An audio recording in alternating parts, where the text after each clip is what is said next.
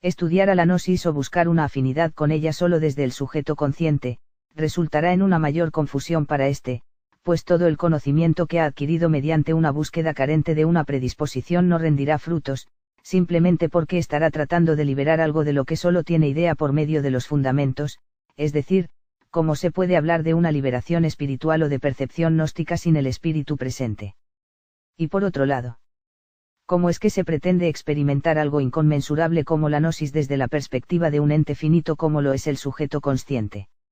En tal búsqueda no se experimentará a la gnosis, o al menos no en vías de una liberación espiritual genuina, pues el primer error ha sido tratar de comprenderla desde el sujeto consciente y que sea él mismo el que dé por válida tal experimentación mediante su lógica o sus sentimientos. Es así que podría llamar experimentación gnóstica a cualquiera de las supuestas gnosis que encuentra mediante su búsqueda, y es que al no tener la predisposición de la que tanto se ha hecho referencia, el sujeto habrá de dar por verdadera cualquier tipo de gnosis que le sea agradable, que halague a sus sentidos, que fortalezca su conciencia, que le brinde una afinidad con su entorno natural. Pues como sujeto cultural solo buscará saciar su sed de conocimiento, buscará afuera eso de lo que carece para ser más perfecto, despertará a su conciencia con el fin de expandirla, de fundirla con lo que esa supuesta gnosis llama gran realidad y con ello lograr el conocimiento supremo. Mas la conciencia ha sido resultado del encadenamiento del espíritu dentro del microcosmos, y expandirla o despertarla es llevarla a su perfección, es decir, con ello solo se estará perfeccionando la cárcel y a ello le llamará gnosis. Se verá satisfecho con aquello que le lleve a superarse a sí mismo pero sin abandonar la propia conciencia y no a aquello que se le presente como una verdad fuera de sus alcances, pues en él no brota nada que no sea esa chispa que le lleva a la perfección la cual le identifica y regula, chispa que es solo el accionar de su programación.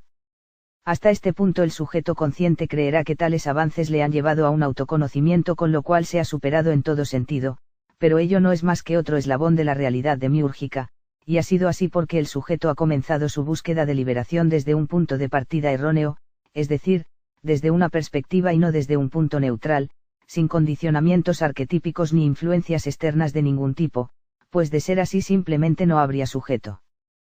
consciente. Y para librar la perspectiva que le brinda la puesta de sentido, el sujeto tratará de acceder al plano astral, creyendo con ello que en él encontrará toda respuesta a sus dudas y le dará acceso a su gnosis, pero este plano solo es un nivel más sutil en la realidad demiúrgica, y con ello solo habrá cambiado una falsa perspectiva por otra que le puede perjudicar aún más. Con las supuestas gnosis el sujeto postor de sentido podría llegar a ser un hábil viajero astral, mas no puede librarse del aprisionamiento de su espíritu gracias a su propia perspectiva porque esta no es otra cosa que él mismo, solo podrá como dijimos perfeccionarla o cambiarla pero nunca librarse. Y ello sucede porque jamás aceptará como una verdad el hecho de que él mismo es una barrera para la liberación, pues para él la verdad solo es aquello que le reafirma como ente, y aquello que le descarte como tal solo lo percibirá como absurdo, pues su realidad comienza y termina bajo su propia percepción. Aceptará como verdad solo aquellas manifestaciones que no conlleven el tomarle a él mismo como un impedimento, y únicamente dejará su actual situación con el fin de avanzar sobre su misma línea de evolución, o sea, a dejar atrás sus preceptos actuales solo con el propósito de acceder a un nivel superior en su carrera de perfeccionamiento, una decisión que no le quite a él mismo la libertad de elegir, es decir, que quepa dentro de su realidad. Aquello que no quepa dentro de tales parámetros lo atacará de una manera férrea, pues este ente es el alma, y esta máquina tiene un sentido de autopreservación que le hará ir a la locura antes que traspasar sus propios parámetros, pues sabe de antemano que ello representaría su fin.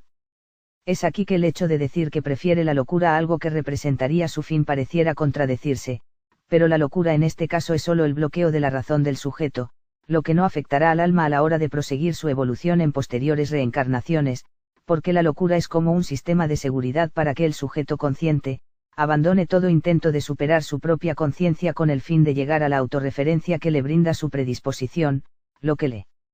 llevaría a la liberación del yugo impuesto por el alma, traduciéndose en una vía de liberación espiritual genuina, siendo tal proceso la verdadera erradicación de esta máquina llamada alma.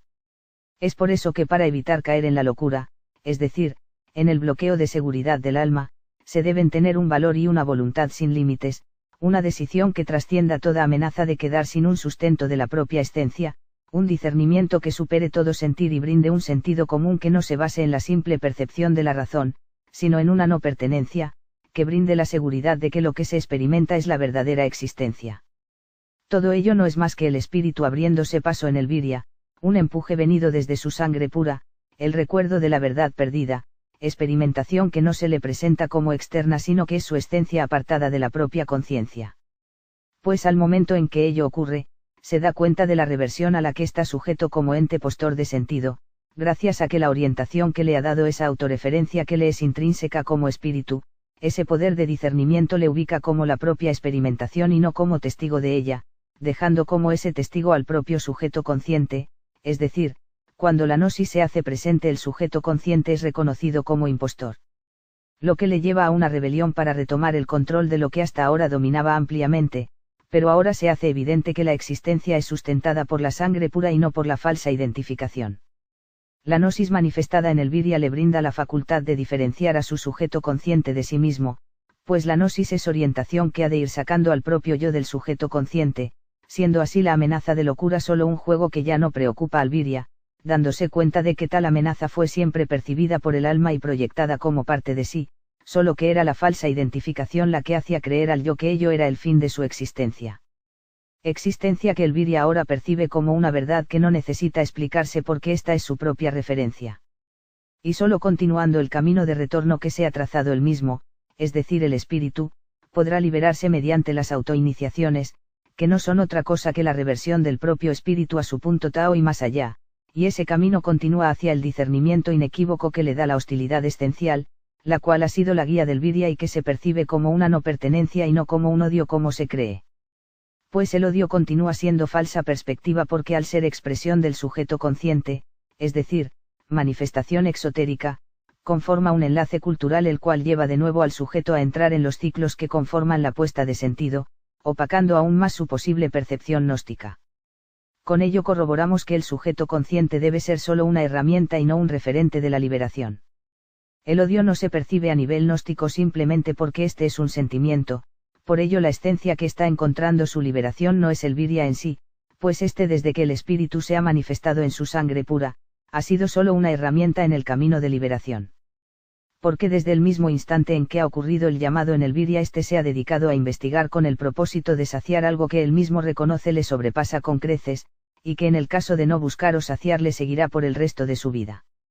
He aquí la diferencia entre una búsqueda estratégica de una que no lo es, pues en una búsqueda estratégica, el espíritu se ha manifestado buscando su liberación usando para ello al sujeto consciente, en cambio la búsqueda que se ha dado como decisión únicamente por tal sujeto al momento en que éste ha encontrado lógica en los textos gnósticos, solo le ha llevado al mero conocimiento y en el mejor de los casos, a darse cuenta de que los textos conllevan una verdad evidente para su razonamiento. Mas no evocarán nada más en él. Muchos de ustedes se estarán preguntando: